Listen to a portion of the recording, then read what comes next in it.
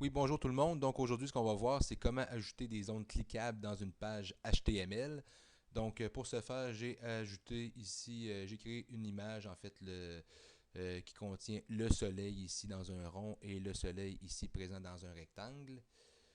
Donc, et j'ai créé une page HTML qui se retrouve dans mon répertoire de travail ici, qui contient toutes les balises de base et un lien vers mon image planète.png. Donc, si je m'en viens lancer ça dans le navigateur web, on va voir que j'ai mon image présente avec mon soleil en rond et mon soleil ici en carré.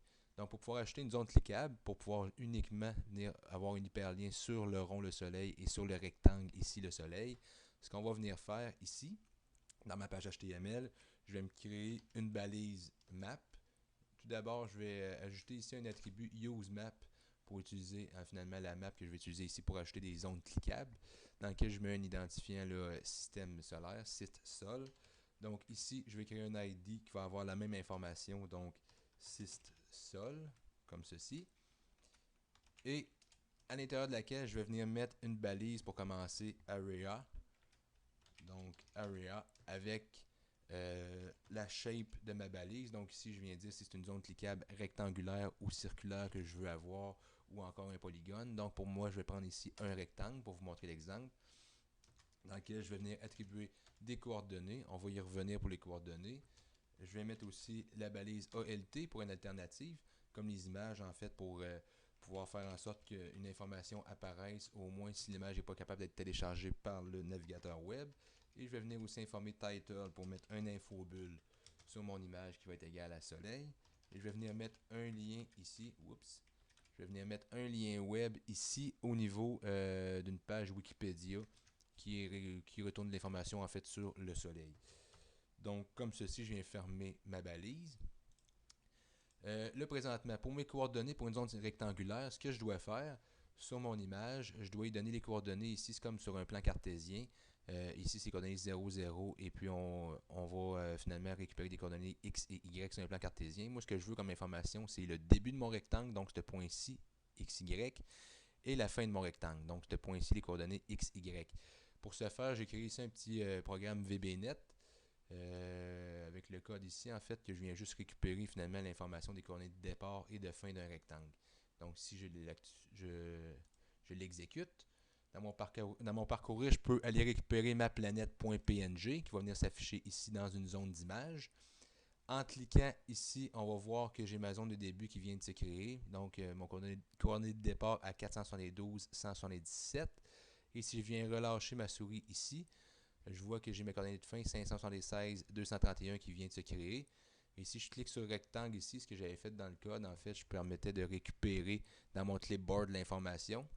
Donc, je vais venir récupérer les coordonnées de départ 472, 477 et de fin de mon rectangle 576, 231 que je vais venir coller ici dans mes coordonnées. Donc, ici, on voit que j'ai ma coordonnée de départ, 472, 177, séparée d'une virgule. Une autre virgule pour pouvoir avoir la deuxième coordonnée de fin, 576, 231. Si j'enregistre ça et que je retourne dans mon navigateur web actualisé en cliquant sur F5, on se rend compte que je viens d'avoir un hyperlien qui est présent uniquement sur le rectangle Le Soleil. Et si je viens cliquer dessus, je vais avoir un lien vers Wikipédia pour l'information qui concerne le Soleil. Maintenant, ce que je vais vous montrer, c'est comment créer une zone cliquable pour un rond. Donc ici, pour le soleil qui sera un rond. Ce que je vais venir faire, je vais venir me créer une autre balise area, mais cette fois-ci, la shape que je vais mentionner, ça va être circle. Puis les coordonnées vont être un peu différentes ici. Ce qu'il va vouloir avoir comme information, c'est encore une fois l'information de ma première coordonnée XY, mais là, il va avoir uniquement une troisième valeur qui est en fait le rayon du cercle.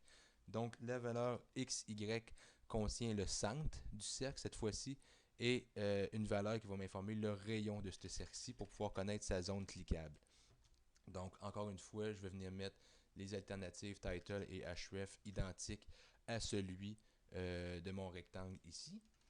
Et ce que j'avais fait au niveau de mon petit programme ici, je permettais de cliquer ici dans le centre. Donc on a mon point de départ qui vient d'apparaître à 240, 221. Et quand je viens relâcher par exemple ici, il va venir me donner mon rayon qui était calculé, là, que j'avais déjà fait ici dans mon code, là, que je permettais de calculer la distance entre deux points. Donc Donc si je viens cliquer sur cercle, je vais récupérer dans mon clipboard l'information du cercle.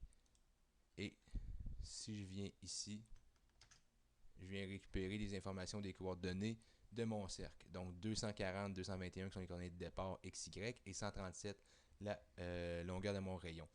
En fait, ces informations-là, vous pouvez les avoir. Pour ma part, j'avais créé un petit programme pour pouvoir les récupérer rapidement pour ma démonstration.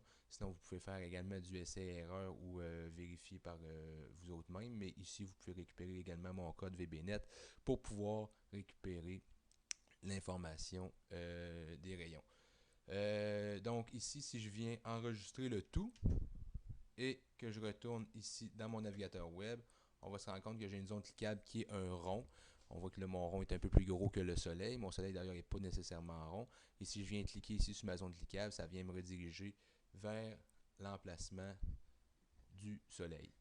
Donc comme ceci. Puis juste pour terminer, là, vous montrer ici dans le programme, là, vraiment là, au début on est plus proche du 0,0. Et plus on s'éloigne, plus on a les coordonnées qui viennent s'agrandir jusqu'à la fin ici où j'aurai 935 pour mon X et 505 en fait à partir du haut, c'est 505 pixels pour ma ligne des Y. C'est comme ceci qu'on vient récupérer nos informations pour pouvoir trouver des zones cliquables dans une image. Merci et bonne journée.